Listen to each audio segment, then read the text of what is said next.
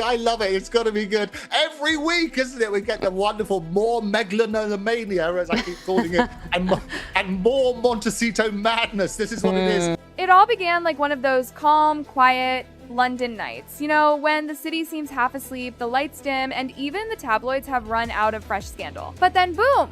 Just after 10 p.m., Britain was shaken awake. The news broke like a thunderclap across every newsroom. A royal accountability report commissioned by the UK's Parliamentary Committee on Monarchical Affairs had just dropped. And what it said? It sent shockwaves rippling from Westminster straight to Windsor. The report didn't mince words. It slammed Prince Harry and Meghan Markle for what it called conduct incompatible with the dignity and constitutional role associated with royal titles. Translation? Parliament had just accused the Sussexes of acting like royals when it suited them and ditching the responsibility when it didn't. Within minutes, chaos erupted. Every major newsroom in the country went into full panic mode. Phones ringing off the hook, editors shouting, breaking alerts, flashing across screens. This wasn't gossip, this was war. The headlines screamed in unison, Parliament demands Harry and Meghan be stripped of their titles, effective immediately. Social media caught fire. Hashtags like number remove the titles and number accountability for Sussexes started trending worldwide. The reaction was split right down the middle. Some furious, others thrilled, but everyone was talking about it. Even veteran royal correspondents, people who've seen every scandal from Diana's heartbreak to Prince Andrew's downfall, said they had never seen such blunt language from Parliament. This wasn't rumor.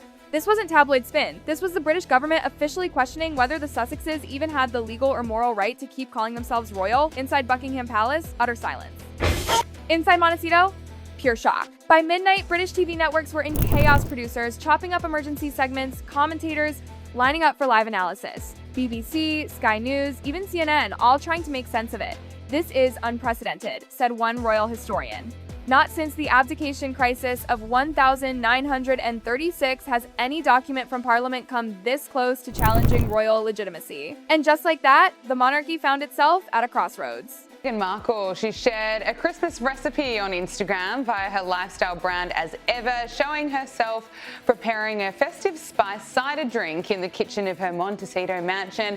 Now, it's not being received well, surprise, surprise. People are kind of saying it's actually a little bit more. The age-old institution was now openly at war with the couple who had once been its brightest stars. The world wasn't just gossiping about Harry and Meghan anymore, it was questioning whether they should even be called royals. As Big Ben struck midnight, one phrase echoed from TV screens, newspaper headlines, and social feeds across Britain: strip the titles. The next morning, chaos would awaken the monarchy. And for Harry and Meghan, the storm they'd been trying to outrun was about to hit with full force. By sunrise, Britain wasn't sipping morning tea, it was seething, confused, demanding answers. What exactly was inside that explosive 47-page royal accountability report that had both Parliament and Buckingham Palace in meltdown? When journalists finally got their hands on it, jaws dropped. Because it wasn't just criticism, it was a complete takedown.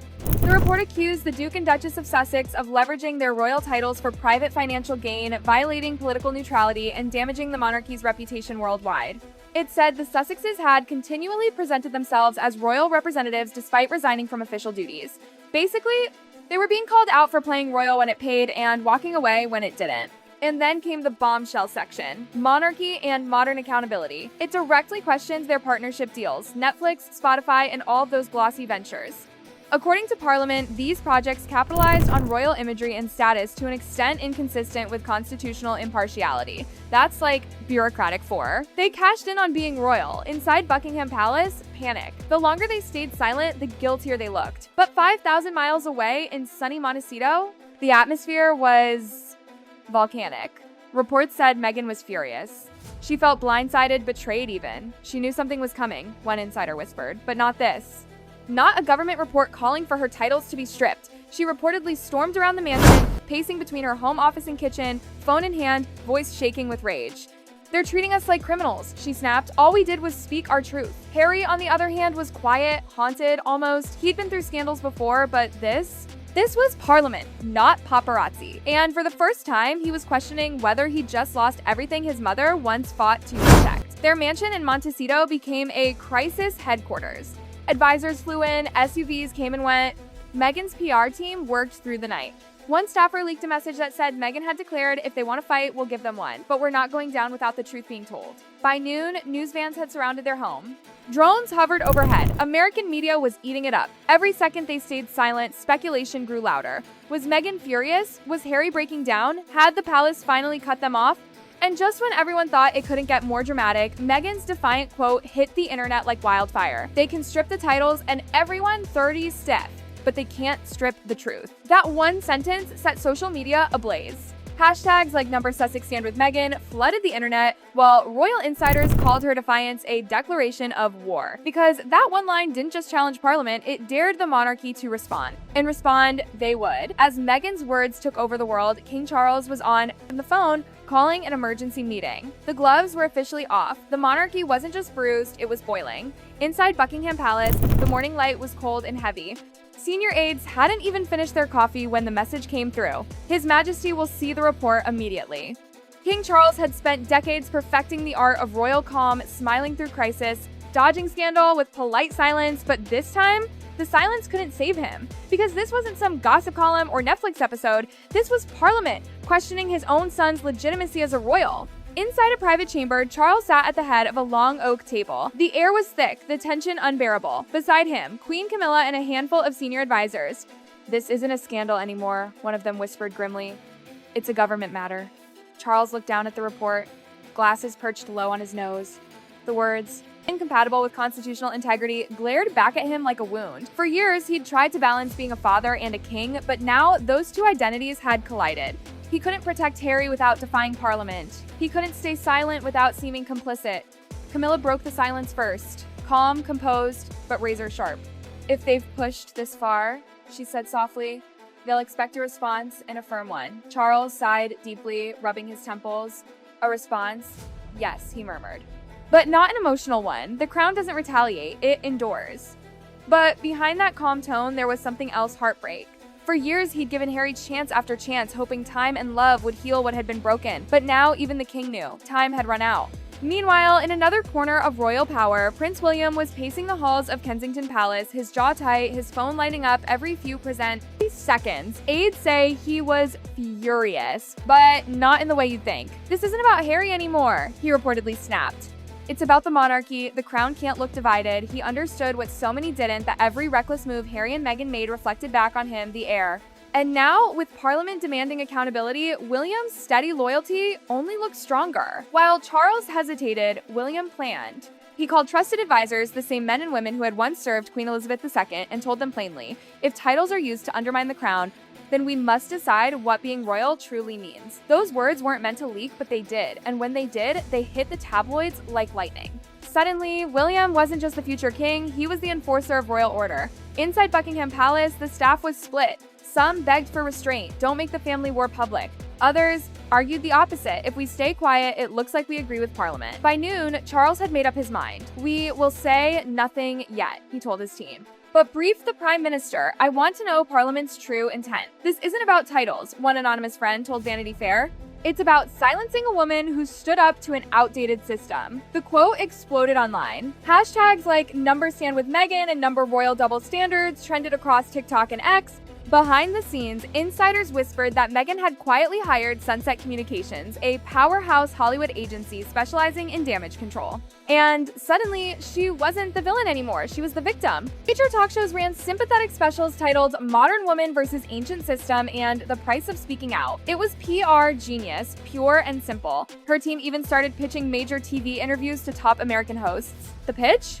Meghan would talk about institutional bias and media bullying. Not the monarchy directly, but everyone would know who she meant. And Hollywood ate it up. Activists rallied behind her, the British establishment fuming. "She's not fighting fair," one palace insider told The Times. "She's fighting like an influencer." But Meghan didn't care. She'd learned long ago that whoever controls the first narrative controls the truth. "We tell our story, or they tell it for us," she reportedly told her communications advisor, her voice calm, confident, and deadly focused. Then she sat down and recorded a podcast episode, quiet, measured, and deeply personal. It touched on motherhood, resilience, and the courage to keep your identity when institutions try to define you. She never said royal family, but she didn't have to.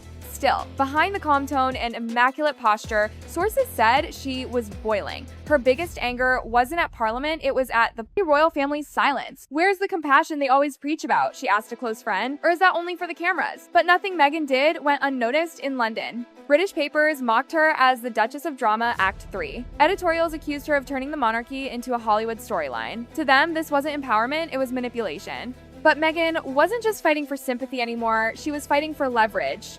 Behind the scenes, her legal team began drafting a radical strategy. Could Parliament even legally strip royal titles that were granted by the sovereign himself? If they move forward, we'll challenge it internationally, one advisor told The Times. Titles aren't Parliament's to take. And just like that, Meghan's battle went global.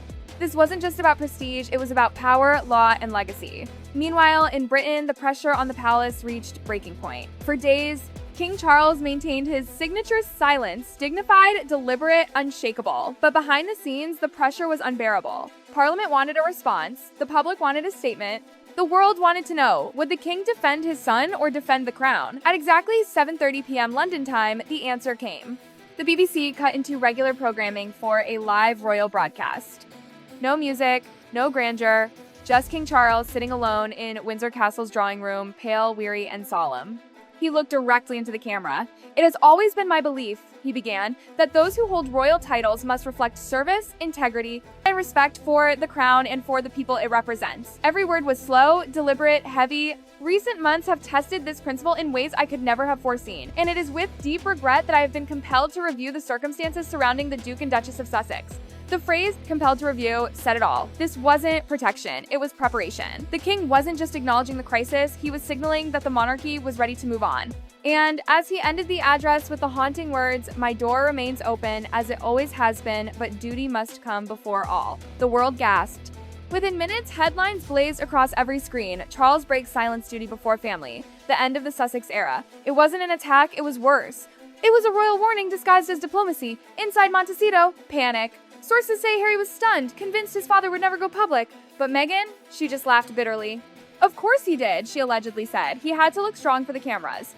That family runs on optics." But what Meghan didn't know was that behind the king's calm speech, palace aides were already finalizing an official document, one that quietly confirmed the monarchy would not oppose Parliament's recommendation. The silence was over. The royal gloves were off. And within 24 hours, a letter, sealed with the royal crest, would arrive in California.